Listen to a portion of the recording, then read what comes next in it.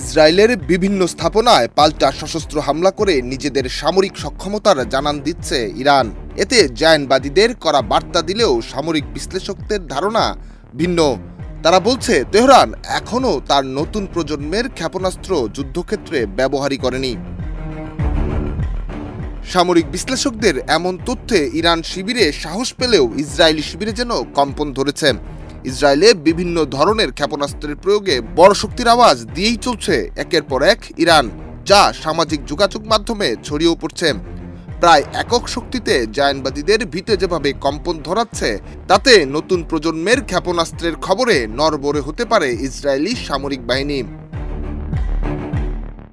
বিনা উস্কানিতে ইরানের উপর ১৩ জুন আগ্রাসী হামলা চালায় ইসরায়েল। পারমাণবিক স্থাপনা, সামরিক ঘাঁটি ও আবাসিক এলাকার উপর চালানো এই হামলায় প্রাণ হারিয়েছে ইরানের বেশ কয়েকজন শীর্ষ সামরিক কর্মকর্তা, পারমাণবিক বিজ্ঞানী ও সাধারণ নাগরিক। ইসরায়েলের এমন কর্মকাণ্ডের জবাবে ইরানের সামরিক বাহিনী তাৎক্ষণিক পাল্টা হামলা শুরু করে। ইসলামী বিপ্লবী গার্ড বাহিনীর এরোস্পেস ফোর্স গতকাল বৃহস্পতিবার পর্যন্ত অপারেশন টু প্রমিস 3 অংশ হিসেবে ১৩ দফায় ইসরায়েলে লক্ষ্য করে ক্ষেপণাস্ত্র হামলা চালিয়েছে। সামরিক বিশ্লেষকদের মতে ইরানের হামলাগুলোর বিশেষ 10টি বৈশিষ্ট্য ইসরায়েলি আকাশ প্রতিরক্ষা ব্যবস্থাকে অকার্যকর করে দিয়েছে। ডেস্ক রিপোর্ট, দেশ রূপান্তর।